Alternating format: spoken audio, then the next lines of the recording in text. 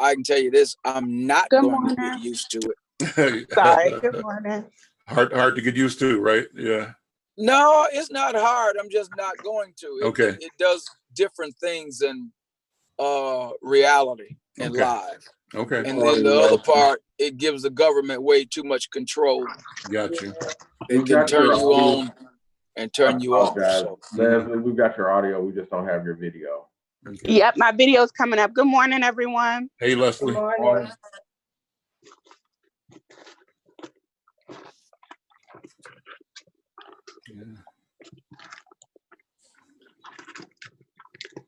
So you need for people to be able to gather face to face at the end of the day, or at least in ways that are less controlled by or less monitored by.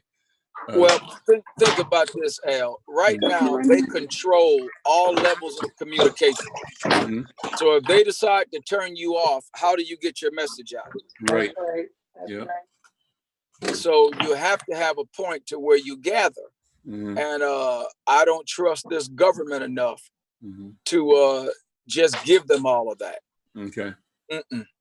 There's other things we can do and be safe at the same time. Okay. Good. Hey, David, how you doing? Doing fantastic. Good morning. Good. So you're going to be just sharing this, right, to your network, David? Yes. Okay, great. Let me introduce everybody. This is David Beckford, who works with me. He has a company called Dynasty Television. And with him, we've created what we call in the Mcfarlane Media Dashboard. The dashboard takes what we do on social media and spreads it around. Right now, we got 11 different partners who we send data to their social media platforms. So I'm going to be inviting all of you to join the dashboard, because this is a network that gets us Minnesota distribution, but also national distribution for what we're doing on Facebook Live and on social media. So, David, when I get the other people on, we'll just go. I'll have you off the video, David. Yes. But just be monitoring, okay, and connecting as soon as we go to Facebook Live. Ed Erlinger, I'm trying to wonder how you doing, first of all, and I know how you're on this call. How are you? I'm doing fine, Al. Good to see you. Good to see you as well. So, yeah, I heard that you were doing this thing, and I've been, health equity has been one of my concerns all along, and I just wanted to see what the leaders of the African American community were saying. Okay, great. We need to hear those voices. Okay, well, great. So you're not part of our presenting group, so I'll have you mute. Yep, thank you. Yep. Glad for you to monitor. That's fine. Did someone or you can join us on Facebook as well. Did someone send you this link and password? Ed, did someone send the password to you? Edward. Huh? He said he was muting. Okay, that's fine. That's okay. And yeah, that's fine. So we're just waiting for Farhia. And we actually could get ready to go live in a second. So here's what I want to do in terms of the playbook. What we're going to do here, first of all, welcome all of you, and then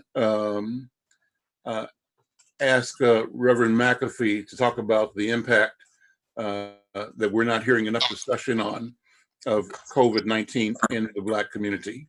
And what are you experiencing in terms of parishioners, neighborhood people, and what kinds of solutions are you bringing to the community, particularly in the work that you are doing with A Mother's Love to generate help for people that need help. But just have a general debriefing on how we as a community respond to challenges like this. And then I would ask, and you can take it wherever you want to go, Reverend McAfee, and then we'll follow with going to to Lisa about the specific collaboration you all are doing, and Lisa, what's happening on the ground. So those two things that set the conversation up. Whenever Jeff Hayden comes in, he's in session now, we'll bring him in to talk about the legislative opportunities, challenges difficulties to mobilize. Then we'll talk about on-the-ground mobilizing done by both Leslie and Farhia. Leslie, I'll go to you first, talking about Minneapolis NAACP. What are you saying locally? What are you seeing nationally through your organization? And just comments, feelings. I'll follow you, where you want to take it. And then we'll do the same thing with Farhia. And then from that point on, sort of back around again. So my intent is that this live part, we'll do a hard stop at about 10 minutes after 11. So we'll start as soon as we get Farhia. Can somebody give her a call to make sure she's on coming? I was going to say, or actually maybe we can join her in and let's go ahead and get, because again, we do have the hard stop. Okay, so let's go ahead and begin, and we'll start with me and you, Reverend McAfee.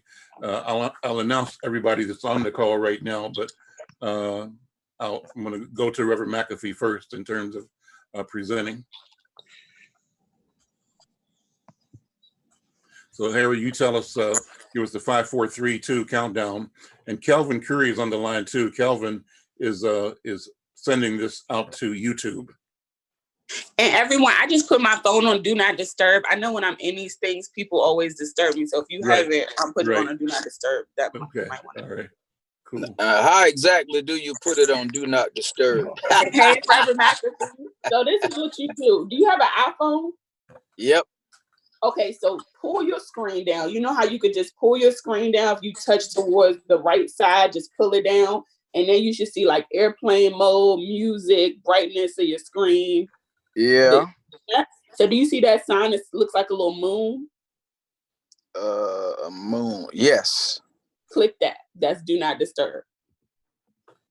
Oh, okay. That's something new. Yeah. No, you old dinosaur. You dinosaur. And Reverend McAfee, later, what you can do too is play with your settings for Do Not Disturb because it's different settings.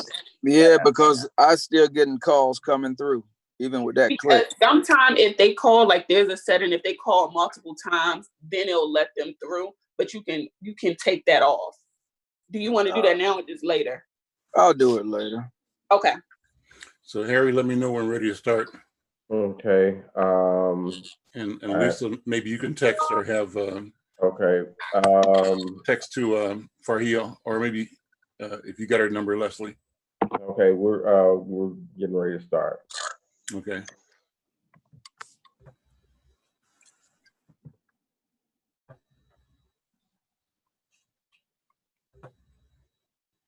I think I will put my background up, Harry.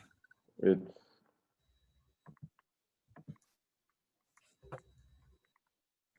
okay. I'm Al Mcfarlane. Welcome to a special edition of Conversations with Al Mcfarlane. Today, bringing together familiar voices, leaders in our community, to talk about the impact of coronavirus, COVID-19, on our community and our responses to the challenge. We've been challenged in history. Our presence here brought horrific, unspeakable challenges we have survived. I predict we will survive again, but I think that I know we're going to survive, but the challenges keep coming. So I wanted to have today's program be the beginning of a series of conversations that focus on leadership in our community and how we address this from our institutional and personal platforms. I'm pleased to have my colleague and friend, just a great leader, a great preacher, Reverend Jerry McAfee, joining this conversation. And Jerry McAfee, I'm hoping that what we do today will be the beginning of the rebirth of what we used to do at Lucille's Kitchen when we had the Public Policy Forum. So in fact, I'm announcing to those of you joining us on Facebook or YouTube our intent to create this as a regular Monday morning leadership and community meeting. And we intend to do this webcast regularly every Monday morning at 10 o'clock. We want people to join by Facebook, YouTube, Instagram, and to share this and to build a space for us to connect with each other. Also today, pleased to have, we'll be joined later by Senator Jeff Hayden, who represents South Minneapolis in the U.S. and the Minnesota Senate. Also on the call right now is Leslie Redmond, who is the president of the Minneapolis chapter of the NAACP. Will be joined shortly by her colleague in St. Paul, Farhia Jordan. Also on the call right now is our friend, organizer, a fighter, leader, Lisa Clemens. She is the guiding light in the organization called A Mother's Love. What we're doing today is done with the support of on-the-ground strategies. We thank Al Flowers for his leadership and support in bringing us together and keeping us together. Let me go first to Reverend McAfee. Reverend McAfee, first of all, thank you for your leadership, history of leadership and service to our community, and to the creator, first of all. Put in context what's happening with you as you navigate as a leader, how we have to respond to COVID-19. Thank you, Al, and thank you all for the conversation. Let me start out by saying, number one, the first thing I would share with our community is don't panic. You make mistakes when you start panicking and operating out of fear. I always tell people, before you do anything, you ought to do a proper diagnosis before you offer a prognosis. And so I start out by saying, number one, this ain't our first rodeo. We've gone through this before, certainly not with COVID, but with a lot of other things. What I always find interesting is that if you continue to allow the media to infiltrate your mind and give you nothing but negative and bad and sad stories, all it does is exacerbate the trauma that you already had in the first place. And you'll seem like you're hopeless and helpless. Think about this. Right now, we've lost over 40,000 people with this virus. You lose about 470,000 every year to high blood pressure. You lose about 270,000 every year to diabetes. You lose over 60, 70 some thousand every year to drugs. You lose 88,000 or more a year for alcohol. Now, those are just some of the startling statistical data, not to mention the flu. I said all of that to say this, that what amazes me about our community, because what this thing has revealed, it has also revealed not just the gap in the white community, but the gap in the African-American community. Because God allowed some of us to make it. Now we've got historical and cultural and Jehovistic amnesia, to the point that we wonder, well, why Black folks still out? And I always say to them, well, where the hell you been the last 20 years? Do you understand what's been going on in the life of African Americans every day? You just now understanding death? I mean, Al, think about it. My year started out doing a funeral for a 26-year-old who had OD'd off prescription drugs. Just the other day, Lisa and I was at a site, another young man killed. My point is, death has been around us for so long. And as a people, we become so disconnected. And what we need in order to get back to where we need to be is connection again. The Bible says, in all of thy getting, get it understanding. And so they told us about this disease. They put us in quarantine in the house, and we've been in the house. Many people have, as well, many should, because if you don't understand it, look at how this thing is affecting it and who it's exploiting. It's exploiting high blood, diabetes, cancer, heart disease, all of those things that's been happening in our community forever and a day that has been left undressed by the powers that be. And for us to turn around again, certainly government always have a role, but how do you continue to trust a government who done showed you where their head is at? So you have the people who are working on those things from the government side, but the question becomes, what are we willing to do? What are we willing to do to change our own trajectory during this crisis? Here's what I suggest. Number one, everybody got to start dealing with your health. You got to build your immune system. You got to eat right. You got to deal with your level of stress that you're always going through that continues to build on that pain that you feel. So when, like for me, I do elderberry, ginger, turmeric, vitamin D, vitamin C, astragalus, a lot of other different things can be done even during this crisis, where we can start taking care of ourselves. One of the things we've been doing at the church, we found an area where there was some problems where seniors were not being taken care of.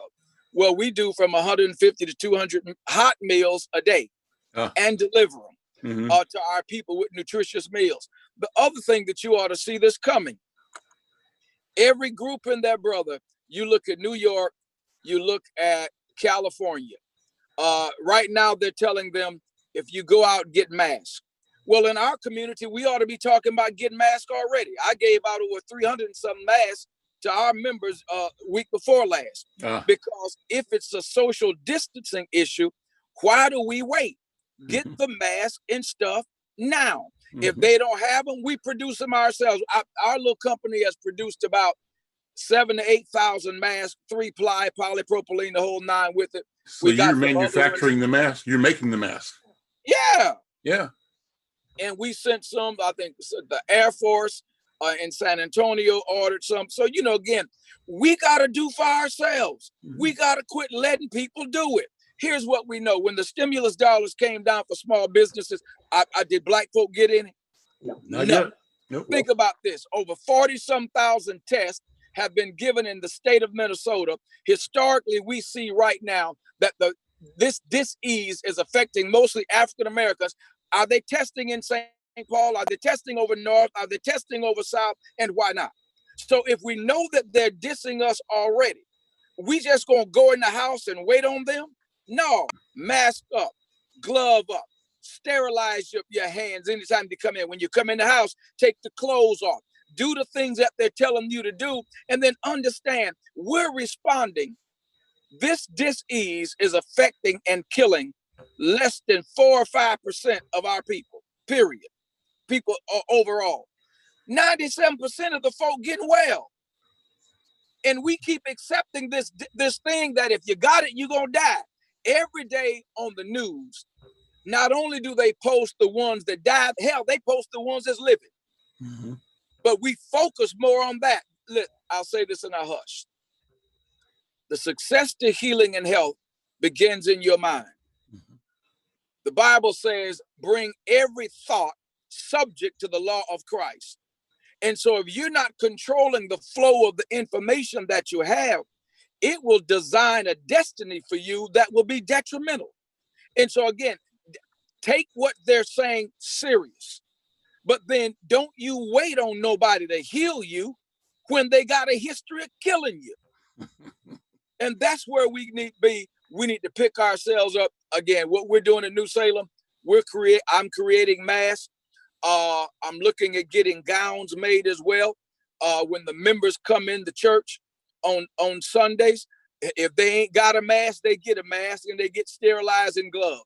Because here's what's interesting. Whenever we as a people start going through, we either gonna run to the church or the liquor store. Well, you didn't cut the church off, so you run into the liquor store where 88,000 is dying a year. And you ain't, they ain't talked to African-American preachers yet. The governor has talked to evangelicals. He's talked to Catholics, but not African-American clergy. Now we got to do something about that. Yep. Well, so because their desire for religion is different from ours. And so we got to make sure that we're getting back to where we need to be and do what we need to do. We're going to continue this conversation. Reverend McAfee, thank you so much for the enlightenment, for the, I call it illumination and information that you're sharing now. I'm Al Mcfarlane. This is a special edition of Conversations with Al Mcfarlane. We're practicing the requirement of the pandemic that we use social distancing. So we're using this social media platforms to create community here. So we're glad to have this be the first of what we hope to be the return of what we did every week in the past at Lucille's Kitchen, the Public Policy Forum. Thanks to On the Ground Strategies, Al Flowers, for helping to organize this. This program is being presented on Facebook. If you're watching on Facebook, like it and share it to your networks and let people know that we're going to build this audience, build this conversation. This program is also available live on YouTube.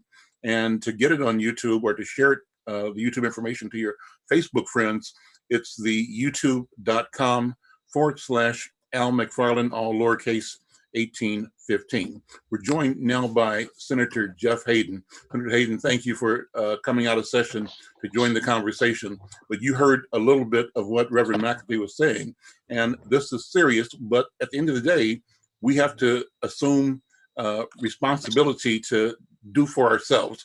What's your comment on that?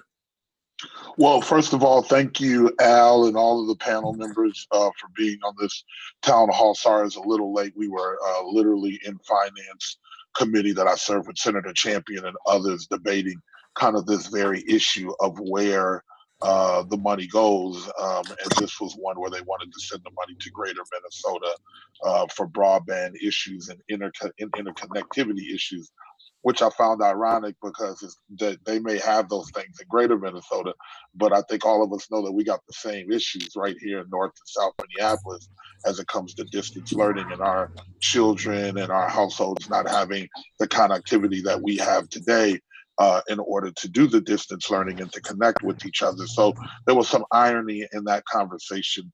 I would just say that I agree wholeheartedly with Pastor McAfee. He is right. That we are having a Dickens of a time getting the resources from the COVID fund into our communities. Senator Champion and myself, Representative Moran, Representative Richardson are all working hard with the governor and senior staff to redirect those dollars into our community for the whole host of things. I think that the issue of health disparities and what we call the social determinants of health. That's the kind of fancy name when Reverend McAfee says what you put in your body is really kind of most important, and how you treat yourself and how you treat your brethren, your community members, how much stress that you have, how you alleviate that stress, and how you're going to do that is probably something that we're most in control of. However, we also know that we often live in communities where we don't have the resources to get the fresh food or to get the vitamins or to get the things that people need in order to do that. And we've been kind of, for the lack of term, acculturated to eat things that we shouldn't eat and go to the corner stores and get all the things that are bad for you. But there's a trick to that. If you think about it, that's cheap. And if you don't have any money, that's often the option that you take. If you can go get $1 burger that isn't good for you at McDonald's, but it's cheap enough for you to feed your family, those are the often ways. That's the nexus between a lot of our health issues is directly related to our lack of economics and wealth in our community.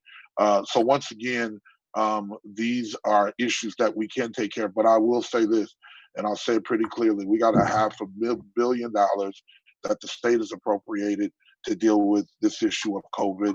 We've got another $1 billion that is sitting in our account from the federal government that we're seeking guidance on how to use. And it sounds like there's another deal for more money at the federal government to come. The question is, where does it go? How do we use it? And as Reverend McAfee quite eloquently said, and maybe others, all around this country, African-American people and indigenous people are really the benefactors. And I throw that in a little bit because I was on an international call, and in Australia, it's the Aborigines, right, that are getting beat up. In New Orleans, right, it is St. John's Parish, and half the Zulu Nation is infected with this. And in Detroit, the disproportionate amount of the deaths are coming in the Black community, New York and everywhere else. We all probably watch this and see these statistics. I'm not telling you anything new. And even here in Minnesota, those numbers are climbing, where we're 6.7% of the population, but we're 14% of the cases. And that is growing and is going to continue to grow. So we know that it is going to hit us. I appreciate the work that all of you have been doing. The Reverend McAfee talked about the nutritious meals and the ability to make masks. And I know that there's a lot of community members that are now doing that and looking for us to cover up, but we got to cover up. And the last thing I'll just say now, and I'm open to any questions, is to the young people. And I know that Lisa is on the call, along with Leslie and others that work directly with young people, as well as Reverend McAfee. I don't want to leave anybody out, but our ability to communicate and get the resources to communicate with young folks is imperative, because often young folks, just by the nature of their age, won't feel the effects. It's what we call asymptomatic, right? They're asymptomatic, so they have the disease, but they don't feel the disease, but they come home and they give it to their parents, to their grandparents, to their guardians, to their uncles, to their pastors, whatever. And so I think it is really clear to young folks. Sometimes we're a little reckless when we're young and we don't think about the ramifications. We think we're invincible. However, that message to get to them that this could be a problem and that they can pass it on to the ones that they love the most is a message that we're trying to get the resources to amplify that message, so that those that are closest to the young people and have the respect of them and know them well enough can get that message out. I'm Al Mcfarlane. This is a special edition of Conversations with Al Mcfarlane. Our intent today is to reconvene the public policy forum we conducted for years at a famous venue that no longer exists. It was at Lucille's Kitchen on Plymouth Avenue, but we met on a regular basis as leaders in community to talk about, to elevate issues and solutions, our voices, our strategies. We are doing that again today. We're beginning, hopefully, a regular meeting, a leadership meeting.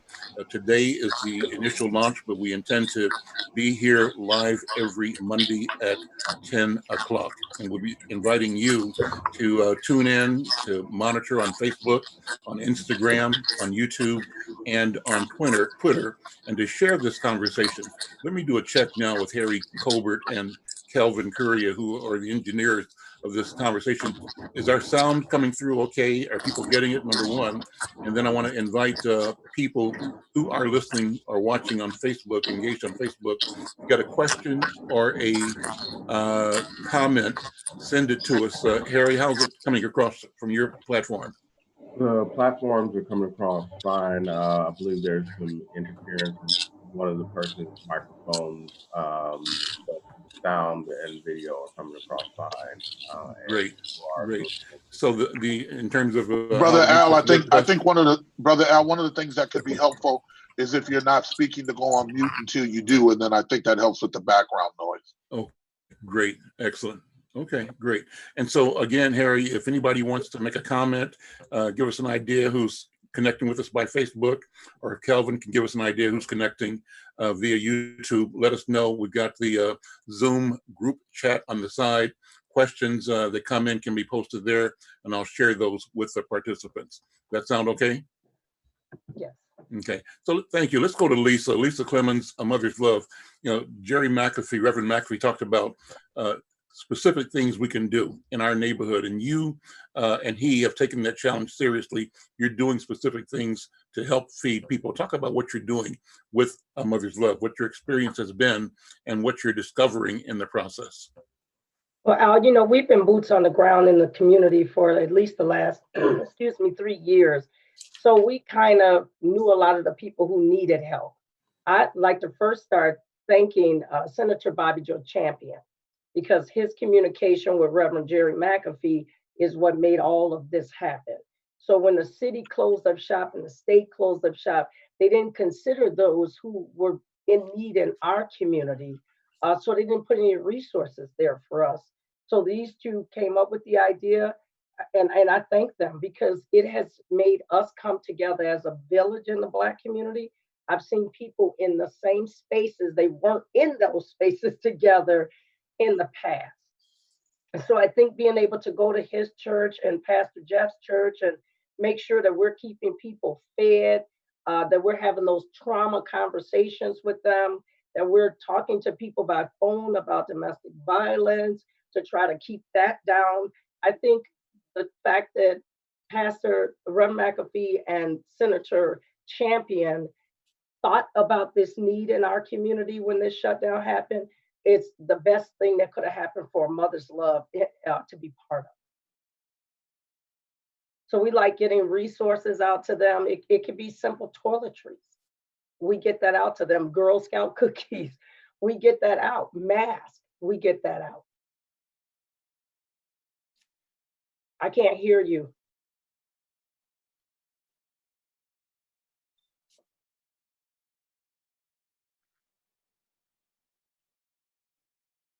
I forgot to turn the mute off. Okay, thank you. Let's tell people how to reach you so that they can support you or join you in your work, Lisa. 612-207-2531. Can I just add this? Yeah, please.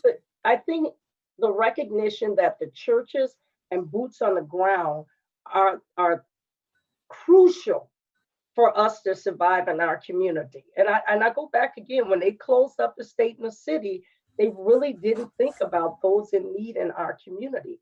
So here you have the churches stepping up with no funding, boots on the ground stepping up with no funding to do what's right in the community for our people and anybody that's in need. So the funding is not there, Al. I'm just saying that to be real. So, we continue to do work. Senator Hayden, what's the paradox? On the one hand, you say the government, our state has $1 billion already and $1 billion in reserve that it can bring against us. What does it take to fund and to resource organizations in our community, the churches, the boots on the ground organizations, legacy institutions? What does it take to get resources so that we can be part of or be supported in our solution work? Well, Al, you know, you've been a part of this these conversations we've been having. You have done a yeoman's job at bringing together a multicultural platform just to get information out. We have had conversations, and I know that Reverend McAfee and other pastors have been involved in. We're bringing folks to the table. And so we've done the work to bring people to the table. We now just have to keep pushing, and the community is going to have to keep pushing our leaders. You know, and I will say in our defense, Senator Champion and I think you guys would agree, have been bringing these issues to the table, have been talking about them, have been talking about how to put those dollars in our community. And to this point, I'll just say we've gotten pittance. We haven't gotten what we want. We've gotten just over, $1 million, and that's spread across the whole people of color continuum, right? Now, that would be no money even if it was just for Black folk, but that's spread out a bunch of people. So we got to keep pushing. We got to have forums like this. We have to develop, and it's very hard. I know people are struggling out here, but develop, letter writing campaigns and others to do it. We also need people live all across this metropolitan area.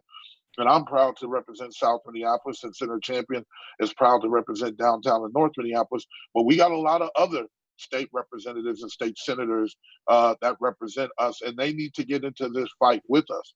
I can guarantee you, and I think it can be affirmed by people on this call, that we have been at the highest levels of our government, the governor, the lieutenant governor, commissioners.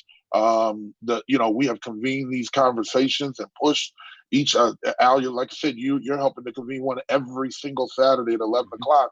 And as you know, even when we do get it, it's moving at what I call the speed of bureaucracy, which isn't helping the work you've done. It doesn't help the things that Lisa and Reverend McAfee and others are talking about. So we're going to need the power of the NAACP. I see Sister Farhiro and Sister Leslie on the call. We're going to need that power from our community to help push this, to get it there. Once again, the resources are there. It's just our ability to wrestle them out of the hands of the bureaucracy and into the community where it's needed. Let me shift to bring in the voices of Farhia Jordan and Leslie Redmond, directors or presidents of St. Paul chapter in NAACP and Minneapolis chapter in NAACP. Sisters, first of all, thank you for your leadership and your service to our community and to humanity. Leslie, let me start with you. What do we need to do? What is the NAACP doing right now in Minneapolis to activate and to mobilize our community and to move towards ensuring we get the resources we need to respond? Thank you so much. I want to say thank you, Mr. Mcfarlane, for having us here today. I want to shout out Al Flowers and thank him for always bringing us together in a meaningful way. I want to go back to something that Reverend McAfee started us off with at the beginning of this conversation, when he was urging our community to pick faith over fear, right? I think that is extremely important. And that's some of the messaging that we've been trying to communicate as well. I am always reminded that the NAACP is an advocacy organization. And so that's what we've been really targeting around. At the beginning of this, we knew that Minnesota has some of the worst racial disparities in the nation. And we knew that it was going to disproportionately impact our community. So long before the statistics start coming out and long before they started talking about it, we were working together. We worked with a number of community organizations to create a blackcovidresponse.com where it talked about some of the needs of the Black community and where policymakers and the government can come into play. Weeks before the numbers and the disparities came out, similar to what Reverend McAfee was saying about the churches not really being engaged. When I was looking at those press conferences that Governor Walz was doing, I was very shocked. One, that there was no Black representation. There was no equity lens that was being utilized. There was no consideration of how that Black community was going to be impacted. So the point that Ms. Lisa is saying about boots on the ground organizations and churches and organizations getting money is very real. I am very concerned about that. You know, Minnesota is the 10,000, known for 10,000 lakes, but it's also 10,000 nonprofits. And a lot of the time, the people who already have grant writers set up and who have systems set up at home are the ones that are really accumulating a lot of these funds, because I've been seeing the funding come in and I've been sharing a lot of the links because NAACP isn't even eligible for most of the things, but I've been sharing it and I've just constantly been thinking, you know, like, there's going to be a lot of missed opportunities. And to be honest with you, the way the current system is set up is for us to continue being oppressed. We are literally dependent on the same systems that have enslaved Black people, African-American people, people of African descent, who have enslaved us, who have literally put us in this position to somehow free us and help us. And it's just not going to happen. And so if some change is going to happen, it cannot be business as usual. What needs to happen is we need to see the organizations that are doing the work, right? There's so many organizations on the ground. Thank you to everything Lisa's doing. Thank you to everything Reverend McAfee is doing. Thank you to Racial Justice Network, who's doing a lot of great things on the ground. There's a number of organizations. What should happen is those organizations should just get funding, right? They shouldn't have to apply. They shouldn't have to jump through hoops. They shouldn't have to do all of these things, right? Because again, this is how we set up systems of oppression, where the people who are already close to the wealth get the wealth, and the people who are already closest to the poverty and the struggle on the ground keep getting pushed down. And so those are some of the things that I've been advocating for, right? Is to remove away from some of those things. I've also been on a lot of Zoom conversations trying to get an understanding of some of the needs. So Louis Blaze, who works with M4, he's a young person that works with a lot of young people. And some of the things the young people have been saying is that they're not eligible for unemployment, right? A lot of young people were the people who were helping their families stay afloat. I remember when I was in high school, I was helping my mother pay on her mortgage. You get what I'm saying? So I can't imagine being stripped from being able to work and then not being able to have any funds to be able to keep my family afloat. And that's a part of the conversation that hasn't been mentioned. I've been working with the young people to make sure that they're getting food and resources, because I notice a lot of them are prideful, you know, and then there's just some families that don't have access to transportation. So we've been working with Soul Bowl, who's providing free food, but people might not have the transportation. So we've been picking up meals, ordering them, and dropping them off.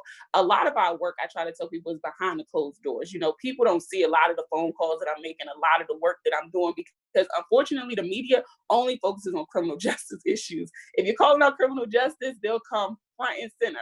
But if you're working on any other issue and you're actually trying to help Black people, typically you're not going to get that much attention. And so I would really encourage our community to not be blinded by the foggy mirrors that they have, right? And I think that this is a great time for us to come together, to organize, to recognize that we're all on the same team, to recognize that we do have the power to activate our community. And that's another thing that I like to advocate to these systems, is that we don't need your advice. We don't need your help. And in actuality, if you want to do something, just give us the resources and leave us alone, right? I think that we are being put at a disadvantage because we were already in the middle of a tragedy. It was already of a state of emergency for Black people, right? And now it's a state of emergency times 2, right? And so what do we need? We need to be given the resources and the materials in order to equip and help ourselves, because we have the answers. I am so impressed with the Black leadership and Black community members on the ground. I'm so impressed. And honestly, when it's people going outside and they're not abiding by the rules and the stay-at-home orders, it's not Black people. But we don't talk about that, right? They literally just had a protest at the governor's mansion with no mask on. They weren't 6 feet apart, and there was no police present. Could y'all imagine if that was Black people doing that? It would never happen, right? And so we do have to talk about the conflicts that are happening right now. We do have to talk about, I'm sorry, I'm not going to talk too long. I think the point too that Reverend McAfee made that I wanted to elaborate on is our health, right? Like Reverend Dr. Martin Luther King once said, of all forms of inequality that exist, the disparities in the healthcare system are the most shocking and inhumane. We've been getting warned about the healthcare system for so long, but it's like the silent beast that lurks in the night and takes a lot of our family members. I think we all know people who have died from high blood pressure, from diabetes, from strokes, from cancer, and all of these things. And when it was impacting our community, no one cared. And so now is the time for us to say, we matter, we are alive, and we need these resources more than everyone else. And so I'm not interested in equality. I'm very interested in equity, but that's not going to happen if we don't have a seat at the table. And so I think that it is crazy that Governor Walz has not talked to the Black pastors. I think it's crazy that they have not really consulted with the people on the ground. And I often talk about when Governor Walz is talking about a one Minnesota, typically he's talking about a white Minnesota. And this is not to be divisive, but I think that this is a time for truth and honesty of what we need in this time, right? And so we're working with the Department of Health, really trying to get messaging out. So we're constantly going on Facebook Live. We're constantly sharing information because, again, I don't think our job is to do everything, but I think our job is to help make sure that the communication is getting out to the community. And so we're constantly tweeting, we're constantly sharing information. The national NAACP has been doing this unmasked COVID town halls. And so we've been sharing that information because there's a lot of expertise, there's a lot of knowledge, and I really want to make sure that the community gets it, because a lot of the time, not only are the resources not trickling down to our community, the education isn't as well. And so we've really been intentional about trying to get that. We recognize that people have issues with housing. We've been putting together a resource guide for housing. We've been sharing that information. We recognize that, as Ms. Lisa was saying on her Facebook page the other day, education is very vital in this time, because education can be either a great equalizer or it can be a great divider. And so right now we're working on figuring out how we can get tutoring services to community members, because again, the families who are already struggling the most will continue to struggle if we're not providing these resources.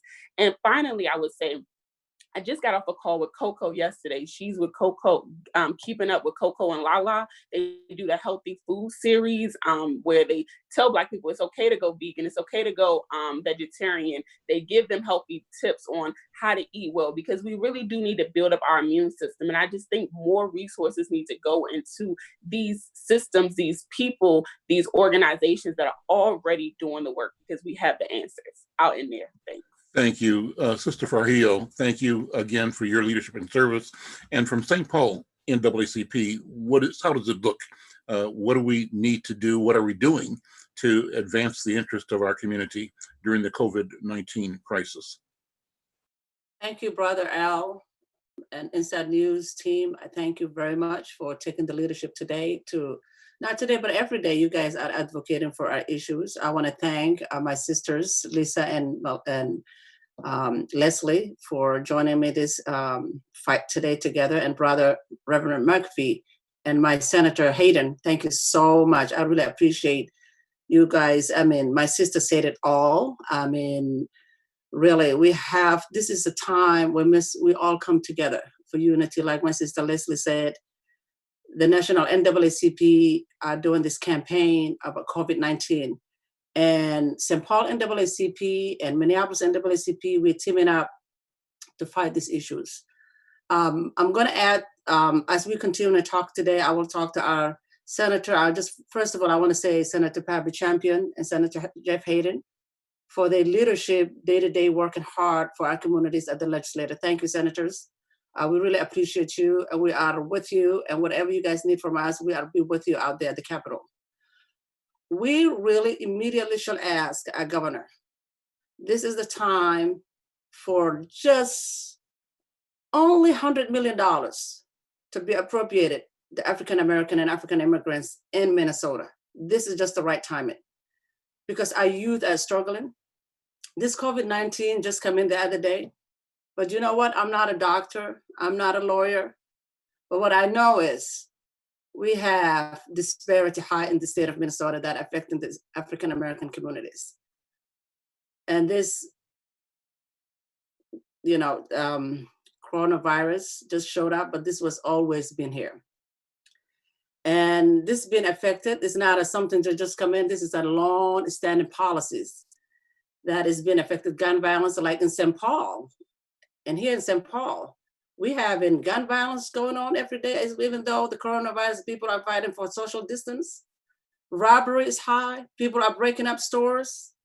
And how can we all come together and advocate for our issues in our community?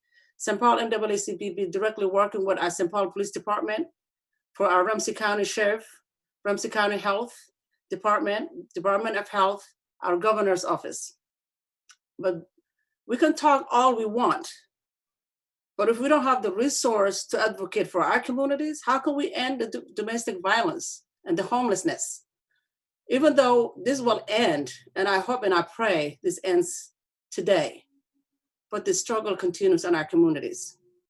It's up to us leaders. I pray you, housing disparities is high because the rent right now, everybody's worried about, even though our Attorney General, Brother Keith Ellison, is fighting really hard for people who violating for the executive order that the governor gave. People still are being evicted. And this is unacceptable. So we must come back to the table, talk to our governor, let him know we are watching him. What he gonna do about this time when we say, when you release $330 million, how much are we gonna see that $330 million in our community? And people of color are being tested. Are they access to health? The disparity is high. And I just wanna leave it to that. I'm gonna continue with the conversation. Thank you. Thank you. I'm Al Mcfarlane. This is Conversations with Al Mcfarlane, the Public Policy Forum. We're gathered here to begin a series of regular conversations using Zoom and using Facebook and YouTube. Hopefully we'll be adding to that. We'll be adding to that mix platforms like Twitter and Instagram. But the idea is to use the social media to connect so that our voices go forward, that we use a multimedia, multidimensional approach to ensuring that we get the information that we need, that it comes from us, filtered through us, and represents and reflects our point of view, our legacy, our history, and our future. Harry Colbert, we got a couple of questions, I think, maybe directed at Senator Hayden. Would you jump on, Harry, and state the question for the people that are viewing and ask Senator Hayden to respond? Okay, yeah, we've got a couple of questions. One is, and they are both for the senator. One is, do you think the rapid test measuring antibodies can be used to increase access to testing when used in conjunction with the lab test? The second question that we have is, what federal funding has Minnesota received that can help small businesses and childcare in North Minneapolis? How can we leverage promise zones designated to get these funds flowing? Well, thank you for the question. Yes, we are working awfully hard. Matter of fact, we had a Health and Human Service Committee yesterday with all of the big systems, Mayo, the University of Minnesota, HCMC, to talk about this issue of rapid testing. And I won't go into the deep recesses of it, but more rapid testing, antibody testing, that really helps us to understand who has it. When I talked about those asymptomatic folks, that helps us for them to understand who has it and what they need to do. It will also help us to open up businesses because we can kind of figure out who's got the disease, who doesn't, and some real work on a vaccine, antibodies, which gets us to what we call herd immunity, which means that then the disease won't be able to spread so quickly. And then as it relates to small businesses, we at the federal level, there was a fund, the Paycheck Protection Act, that was out. And that way we went through about 356 billion, I want to say, pretty rapidly. Now, the problem there, I think you saw, is all the big businesses got the money again, right? It's the same thing Sister Leslie and Rev. McAfee and everybody's talking about. So that money, the big Shake Shack and the Hiltons and all that got a lot of the money, and we certainly didn't get it there. It looks like they have a deal at the federal level to appropriate more money to try to target that. The $1 billion that we have, we're still seeking full federal guidance on it, so the money's here. but they haven't exactly said what we could use it for. So we're waiting for the federal government to give us the guidance on that issue. And then there are a lot of talk and more money that we're trying to develop for a couple of things. One is the small business sole proprietors that come from state money. So that would take care of like those daycare centers and our small businesses, microloans for really small businesses as grants to be able to help them. And then we're also working on $100 million housing fund. You know, we've done a moratorium on evictions and foreclosures. However, when that moratorium is over, then you might have a 3-4 month mortgage or rent payment due, which leads you to directly to get foreclosed on, or they head down to the courthouse and file a UD or eviction notice on you. So we're working heavily on, and we're having a lot of trouble out of Republicans here in the state to get a fund and then have the guidance to be able to make sure that that gets in our communities to help folks who have been directly impacted by this and are unable to pay their rent. So hopefully I answered those questions, but there's a million scenarios. But the big issue is we really need to fight hard to ensure that those dollars get in our community. And to Lisa's point, Sister Lisa's point about the boots on the ground, and we've had a lot of conversations about that. And really to Sister Leslie's point, Sister Edmonds' point about how you get the money, who gets to apply for it. And I've had a lot of conversations to our philanthropic partners about this issue, that if you give it to your trusted partners, right, they're going to get the money and suck it up and do the same thing, and that's going to lead us to be in the same position. Senator Champion often quotes Mom Mabley, says, if you do what you always did, you're going to get what you always got, or something like that. Reverend McAfee, you could help me, you probably know that saying. But we really do need to change the paradigm in our community. If the money just continues to flow the way that it always has, we know we're gonna have the brunt of this, and we're gonna go further behind. I have always said, and Reverend McAfee, you can respond to this if you would, too often when there are cases of just ordinary existence, problem solving, we get the misery, they get the money. To say it succinctly. And too often our misery is actually a business for them, that they camp themselves around the inequity that they create in policy and in practice. And as we bleed, they bring the gurneys, but sometimes they're not in the healing business, they're in the gurney business. And so they need to have bleeding going on all the time. That's cynical. It's a cynical point of view, but it's one point that you've probably heard before. Reverend McAfee, how do we mobilize ourselves to lay a demand, to make a demand, and to command what we think is our fair share, an appropriate share of the resources, given that we are used as the justification for funding solutions, but we're left out of the solution side in terms of our ability to bring those solutions to bear and to be paid for it. What do you think, Reverend McAfee? Yeah, unmute your phone now. Unmute, yeah. Yeah, now we got you.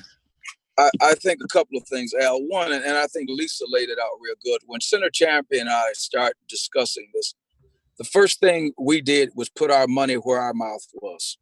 Up until recently, if it was funded, it was me or him. Mm-hmm. And again, over this, we've done over 4,000 people so far to this date. I think we have to we have to keep doing what we're doing, period.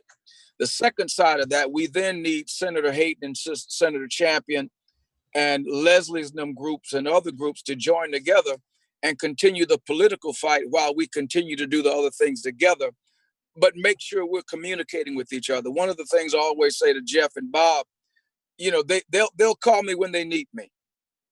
When you need me to come do something, let me know. Up until then, I'm still working on houses, still pastoring a church, the whole nine. And I think that's when we're working at our best, is to get the best negotiators to the table. And, to me, you only want direct action. You only want direct action when it seems like the other stuff won't work. Mm-hmm. And I think when we do that, we will be much better off. Okay. Lisa, jump in. What are you thinking? Hello? I think it's important for our elected officials to understand what Leslie said early on and what Pastor McAfee said. By the time you get to us, it's too late. I'm still curious to know why the governor hasn't believed that it's important for him to sit at the table with our Black pastors, since that is who's holding us down in our community. I'm curious to know why he hasn't sat at the table with Black women and Black mothers. What's the issue? So I think that something Senator Hayden and Senator Champion need to do is go back to Governor Walz and tell him what he's looking like to us out here. We are standing in support of a lot of things that he's doing, but they're not really trickling down or affecting our community. And I say the same thing to Mayor Fry. So Senator Hayden, with Mayor Fry, they need to get that same message to Mayor Fry. He's talking about undocumented. He's talking about things for the Somali community. Bravo to them because they have a fighting spirit. But he's not talking about anything that he's doing for African Americans in our community when he now holds all the power because the rest of the city council gave him the power. So they're all at home. At least lean into your microphone. Just stay consistently in front of your microphone. That's great. So the sound is clearer and stronger. Okay. Yeah, thank you. That's much better. So Jeff Hayden, what do you want the community, the voters, the residents of our community to do to support you and Senator Champion? How do we mobilize our people so that our voices are heard? And I hear loud and clear Reverend McAfee's suggestion, really his invitation that his instruction is the right word for it, that we all do what we do. And we do it because we can do it. We do it because we have to do it, and because we want to do it, acting in our own interest and behalf. Part of that is including the ability to articulate our interests and to lay claim to resources that we have created as taxpayers so that we should be able to use to direct and support our work on the solution side of the equation. How do you want our viewers, our listeners to support you? Well, first of all, once again, the work that you guys have been doing has been phenomenal. I do want to say to those that are listening, and then even to Lisa, that message has been given directly to the governor from me and Senator Champion in particular, but the United Black Legislative Caucus specifically, and then the broader kind of people of color caucus. So we have had those meetings specifically with the governor and lieutenant governor, relaying directly from you, because we talk to you all the time, what the community looks like, what's going on in our community, and where the issues are, and have come up with actual policy suggestions and the ability to know where the money is and then where that money needs to get deployed. I'll give you an example. Al has put together a great multicultural package, and then as we in the community, now I'm saying broadly, people of color, and they have elected Al to be their spokesman and leader. They said that they wanted to come in together for the proposal, and then the Department of Health not only came in with a fourth of what we asked for, they also are asking people to do it individually. So they are pitting us against each other when the community, not just the Black community now, because usually it's just us, but all these communities decided that Al Mcfarlane was going to be the spokesman and leader, and there is a divisiveness that is inherent in the process that starts to split us apart, even beyond Black folks. So to the point of, one, I just want you to know these hard conversations we're having and continue to have, but it is in the ability for us to organize, for us to come together. I told someone the other day, because we all have beefs with each other and beefs with systems, I said, when this starts, all beefs are off, right? So we got to also come together, boots on the ground organizations, advocacy organizations, legacy organizations, and the churches. And I would suggest that we have a collective conversation and then a demand to the executive branch. And I know Governor Walz and Lieutenant Governor Flanagan, and I think that they're good people, but they need to hear us and they need to see us and they need to understand. And I think that the media, this medium here, and the media has an opportunity to talk about this issue. I think that it is now high time for us to come together, to lay aside some of our differences over the years and really get behind us and not only help us, United Black Legislative Caucus, that includes myself, Senator Champion, Representative Ruth Richardson, who a lot of people don't know is phenomenal, Representative Moran, who people do know, Representative Hassan, Representative Noor, and we've had this meeting, but come together and actually demand those resources. We have screamed it at the highest level, but I think it's now time for the people to really start to act. I wouldn't suggest us acting a fool like them folks were the other day and not social distancing and making ourselves sick, but I think that there are other more powerful ways in which we can come together with the leaders of these great organizations. And I think it starts with us organizing, us agreeing in principle to what we want, and then laying that out. And I'd be more than glad to help with that. And I know Senator Champion and others would do it because we're already doing it. I think they just need to see our community behind us. We're down to the last few minutes of today's program, but I want to thank all of you for being here. And I want to thank those who are joining us by either Facebook or by YouTube. I want to say that we're going to do this again. This is the beginning of the relaunch of the Public Policy Forum. Thanks for the support of On the Ground Strategies and making this come together. Our intent is to convene this group and you, others, starting Monday at 10 o'clock. Every Monday, mark it in your calendar. Let people know that the community is gathering in a public policy conversation here on Facebook, on YouTube, on Instagram, and on Twitter. And let's figure out how we can use our networks, our email mailing list, and other systems that we have to spread the word to make sure that our voices go forward loudly, strongly, virally. We can do this. You can capture this program on Facebook at Insight. You can capture it on YouTube at youtube.com /Al Mcfarlane 1815. Get it and share it.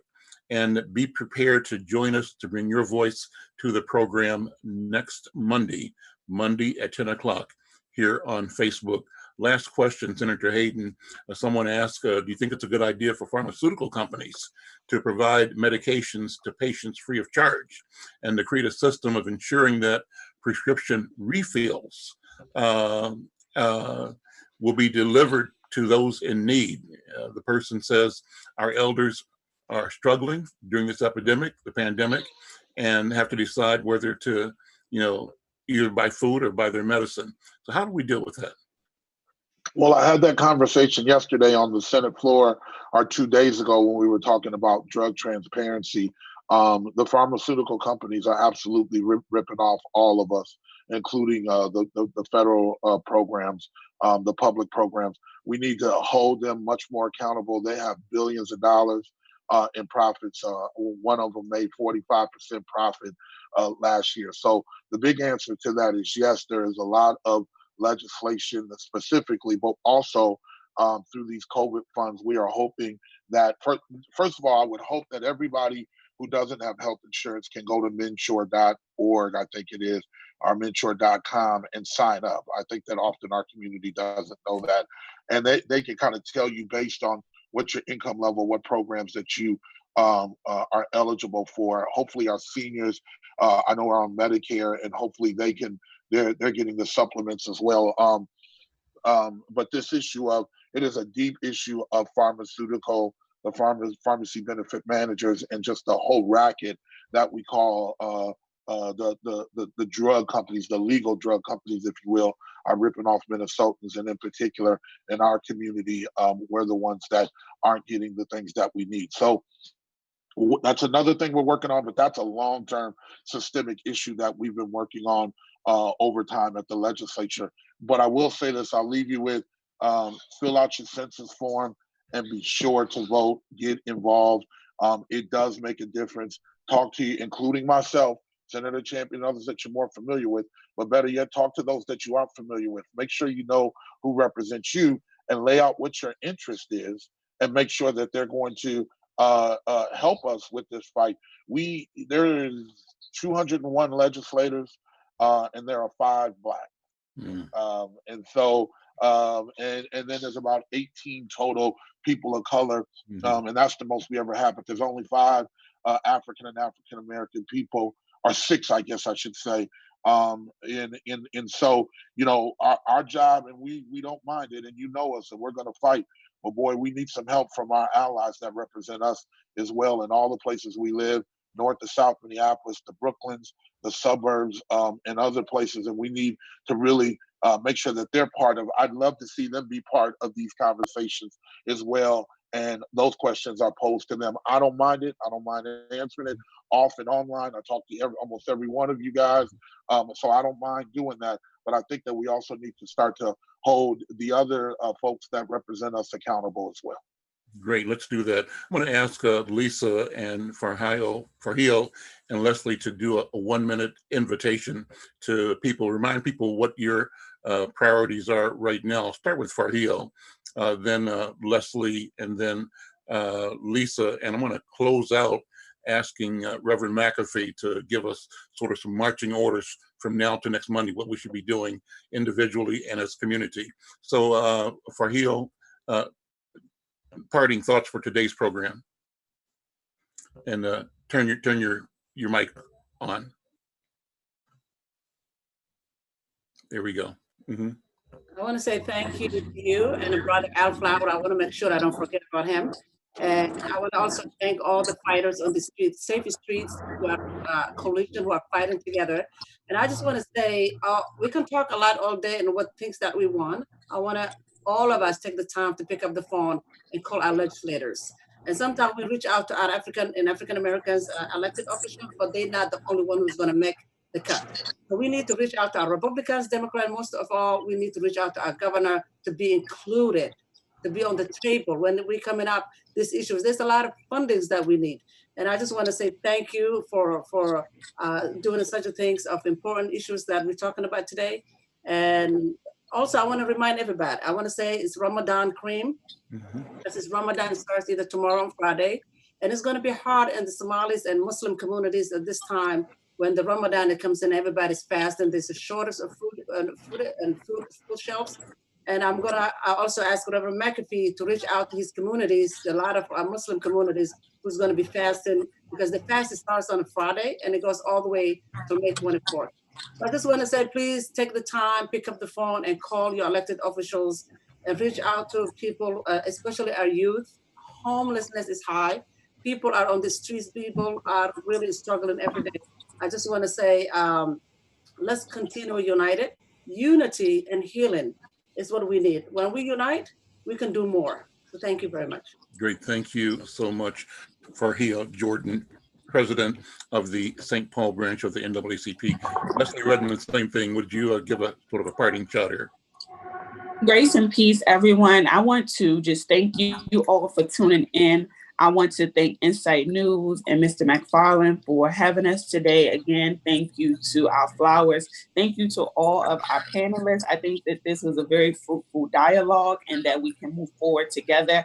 I urge you, all of you are already not, please make sure that you go and follow us on Facebook, Twitter, Instagram. Our Instagram is Minneapolis NAACP. Our Twitter and our Facebook is MPLS NAACP. That's where you can get a lot of updates. If you're interested in emailing us, my email is just president@mplsnaacp.org. We are actually working and we finally got our Zoom account set up. And so we're going to be having different Zoom meetings where we're going to be pulling in different leadership. So to Reverend McAfee's point, we can all be on the same page about what we're doing. A lot of the time, miscommunication can be through divisiveness. And it's not a matter of people not doing, but it's just not knowing. And so we're going to hopefully bridge some of those gaps and work to come together so that we can get some of those resources that Ms. Lisa and everyone spoke to about today. So again, follow us on social media, MPLS and A. Thanks. Great. Lisa, thank you so much. Final words? I want to thank you for giving a mother's love a voice on here, Al Mcfarlane. You have always been supportive of women in our community, especially African-American women. I also want to thank Al Flowers for being a voice in our community when we became voiceless and muted. I thank him for every day coming to give us the information. And I want to thank Senator Hayden and Champion for making sure Al has accurate information to get out into the Black community. But A Mother's Love will continue to do the work that we do. We'll continue to be boots on the ground. Right now, we're doing Mask On initiative where we're making sure that we're collecting. You know, that's my son. That's my son. I'm sorry, I'm homeschooling. That's fine. That's wonderful. Jeff, tell the governor I need some homeschooling funds. But but I do. We want to keep doing it. We're doing a Mask On initiative. Wherever we see you, if you don't have a mask on, we're giving you a mask. Mask up, Black community. Mask up, great. Reverend McAfee, I know you're driving, but hopefully you can talk while you're driving there without. Yeah. Thank you, Al. Number one, mental health wise, turn your TVs off and your radios off. If it's not anything that's not building your spirit and affirming where you're at, turn that mess off. Number two, as Lisa said, start masking up, getting your gloves and everything that you need to do. Number three, make sure that you're eating as healthy as you possibly can. Get that sugar out your diet, get that salt out of your diet, build up on them greens and stuff. And the bottom line, y'all, I know some of us still eat pork, but you should not be eating that much of it because it's one of the main causes of high blood. So get that right. And then get out and start exercising. The quarantine does not mean you cannot move around. You just got to have safe distancing, and all of that stuff will help with your mental health. Farhia, just so you would know, and Senator Hayden can affirm this, him and I have been in conversations already on how we expand the feeding thing and helping the Somali community and recognizing the dietary differences between the two, making sure, stuff that's cooked on this, that, or the other. So we're working on that as well. And then finally, synergy. And I think Leslie talked about this. We need synergy, Al. We need to know who's doing what. Mm-hmm. What's the strength? What's the weakness? And we see how we help each other and go from there. And I think when we start doing the things that we need to do, we won't have to worry too much about what others do, because here's the bottom line. As a people, we make enough money to do whatever we need to do. We just don't spend it right. There we go. Well, listen, that's going to close it for today. Thanks to everybody here again. Thanks to Leslie Redmond, president of the Minneapolis NAACP. Thanks to Farhio Jordan, president of the St. Paul NAACP. Thank you to Lisa Clemens, the leader of A Mother's Love. Thanks to Al Flowers, not on the call, but behind the scenes, organizing us, pulling us together, supporting us in coming together. Thanks to Reverend Jerry McAfee, Leadership Service, for also the call to action. And thanks to you, Senator Jeff Hayden, your colleague, Senator Bobby Champion, and the other members of our legislative leadership. Remind you that actually at 11:30 today, there's another conference online on YouTube and on Facebook being presented by the African American Leadership Forum. So go to their Facebook page. It's a town hall sponsored by Insight in North Point, talking about community health. So that's coming up tomorrow at 1 o'clock at the Insight Facebook page, a program dealing with mental health. Friday at 1 o'clock at noon, a program dealing with physicians, members of the Black medical profession. So our goal is to keep this conversation going and to all cross-promote. All of us are doing great things. We can do more. We can amplify each other's voices. We can create a new narrative, a narrative that defines us differently, not as victims, but as victors, not as supplicants, but as providers. I think that's where we're going. Let's do that. So I want to remind those who are on with Facebook right now or YouTube, plan to be here again Monday at 10 o'clock. We'll continue the Public Policy Forum. Thank you. We'll see you all next time. Thank you.